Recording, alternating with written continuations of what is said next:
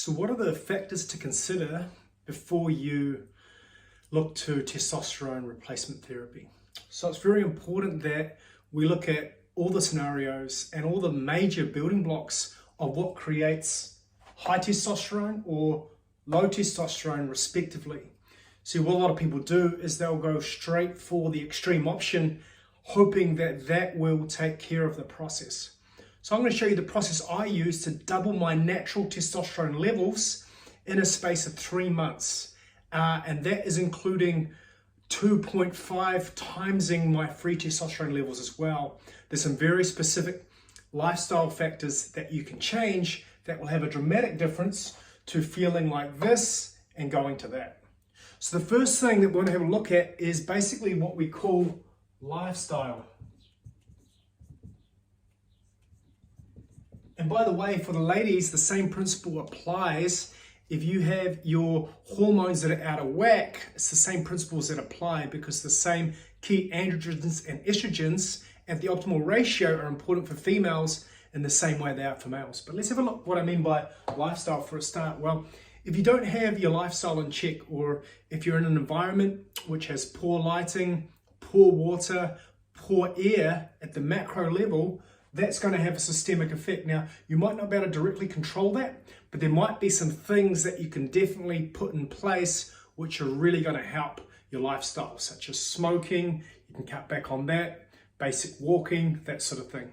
So that's the systemic lifestyle stuff. The next one's related, but still a bit different. And so we'll call this stress lessness. All right, so this includes your things like your relationships, things like your stress at work, your overarching sense of well-being, but think of it from a negative point of view to make sure you don't have mitigating factors that are sapping your energy. We know that from the research that highly stressful environments have a negative impact on testosterone levels, which resulting in increased cortisol and increased estrogen. For men, we're going to end up a bit more like in this camp. Okay, so it's very important that we understand to be able to mitigate and remove the stress factors from your life. Next one, really important that you have indirect control over, but still control, which is your sleep. We know that the deeper sleep that one gets, the better that opportunity they have for their hypothalamus to reset everything in their body, to send out the key hormones during that nighttime process to optimize their well-being. We know that if we get deficient sleep, that has a huge impact on testosterone levels and other key indicators that cascade down. So if you're trying to wing it on 5 hours sleep, 2 hours sleep, now you might be an outlier and that's fine, but overall we see from the bigger statistics that as we take decreasing levels from 6 hours and under, we generally have decreasing testosterone levels. So it's very important to optimize health to maximize that one, sleep. Okay, let's go ahead now and look at the fourth layer that you can directly have control over, and it's exercise. This can be as simple as walking, so cardiovascular exercise, but more specifically what relates more strongly to high testosterone levels is resistance training. The ability to put your muscles and body stress under tension, and what that's going to do is it's going to increase your free testosterone levels. So as you hit the sweet spot of 3 times a week for 20 minutes, put some load on your muscles, you're going to increase the ability to increase your testosterone levels naturally. Next one, a major area is nutrition. Now I'm going to do a full video on this, breaking down exactly what's inside the nutrition guide, such as your essential fatty acids, your essential amino acids, your carbohydrate protein ratio, and also your micronutrients and your trace elements and your minerals.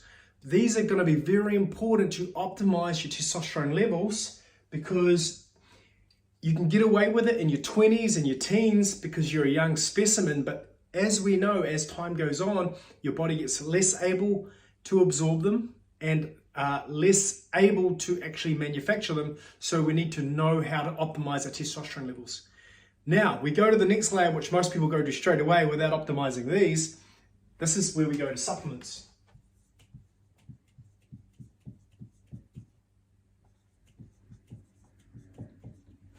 Okay, so in supplements, this is where we can start to look at various things such as fenugreek, such as Tongard Ali, such as these other aspects. So if you can't optimize your nutrition through whole foods, then we can look at multivitamins, boron, zinc, ZMA, magnesium, those sorts of things, which are really going to have an impact. But only then do you need to supplement once you can see what your diet might be missing out on. And by the way, as you optimize this, you can go through blood tests after sequential blood tests every month to 6 weeks apart, and you get a good reading on what your current protocol is doing to your blood work. Then we go to a whole new cascading level above, and this is quite a new level relatively in the industry. So this is your peptides. And so if you need extra help in stimulating your hypothalamic pituitary axis, there's certain peptides that you can take, such as sermorelin, ipamorelin, testosterone, and these things are going to really stimulate that from the brain level down. And there's other obvious active ones that do it outside of direct testosterone but have a contributing effect to well-being. And finally, once you go through all these steps, and let's say these still are not, you're still not optimizing testosterone, then you can look at something called exogenous testosterone. And obviously this is where TRT comes in, and this is where that protocol comes in, where you can start optimizing your body based on what you're lacking. But overall, here are some really easy steps that you can take straight away that are going to have a massive difference. And I'd say you could get to nutrition, and then you can sort of see what the low-hanging fruit can produce. So in the next video, what we're going to do is we're going to break down exactly what it is in the nutrition that you need to be aware of, and why, and the doses you need to take, and what kind of foods that you find them in. But overall, there's some low-hanging fruit to get straight into. And if you need a 30-minute free consultation, feel free to DM me, hit me up. All right, see you next time.